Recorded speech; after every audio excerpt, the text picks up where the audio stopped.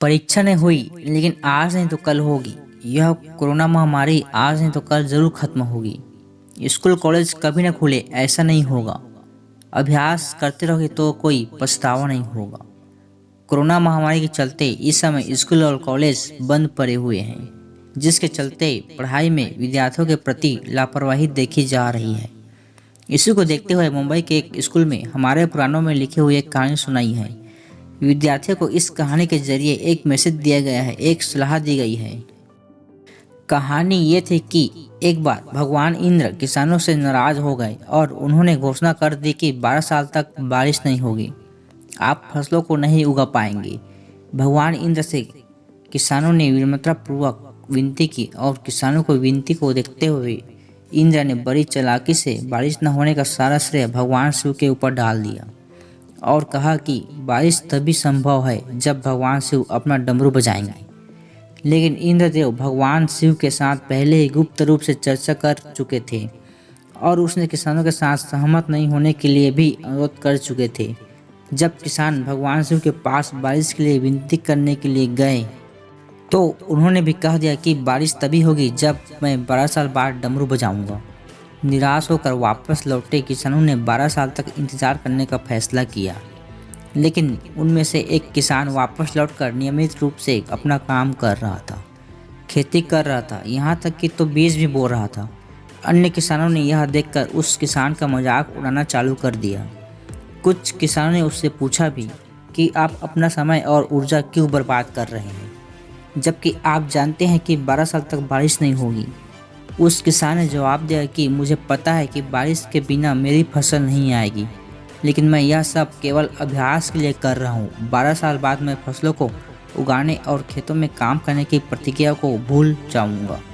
शरीर की काम करने की आदत छूट जाएगी और शरीर आलस का शिकार हो जाएगा। इसलिए मैं अभ्यास करता रहता हूँ कि जब 12 साल बाद बारिश होगी तो मुझे काम करने में मुश्किल नहीं होगी।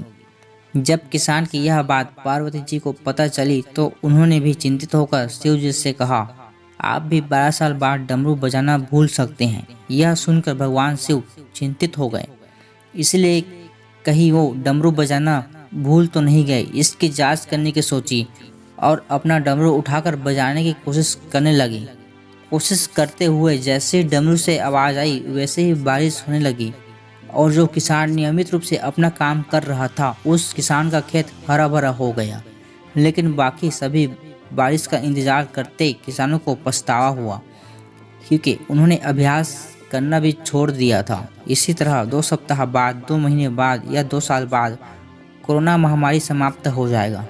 इसे घूरने या इस महामारी का इंतजार करने से बेहतर है कि आप जिस कक्षा में हैं या फिर अगली कक्षा में जाने वाले हैं उसका अध्ययन करें। पुस्तकों का अध्ययन करके अपने कौशल को तेज करें। आपके पास जो ज्ञान है उसे और बढ़ाएं। इस समय का इस्तेमाल करें और ये सोचें कि आप और भी बेहतर कैसे कर सकते हैं, क्योंकि डमरू कभी भी बच सकता है। इसलिए अभ्यास करते रहें। अभ्यास ही गुणवत्ता का सार है। अभ्यास ही जो आपको किसी भी क्षेत्र में सर्वश्रेष्ठ बनाता है।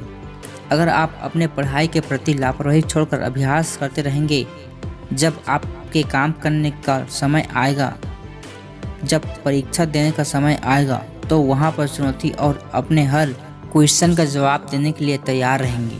अपना ध्यान रखें और अपनों का ख्याल रखें, क्योंकि कोरोना अभी गया नहीं है। घर पर रहें, सुरक्षित रहें और नियमित रूप से अभ्यास करते रहें, क्योंकि डमरू कभी भी बच सकता है। वीडियो को लाइक, सब्सक्राइब करना मत भूलना। मिलते हैं नए वीडियो में नए बदलाव के साथ। जय हिंद।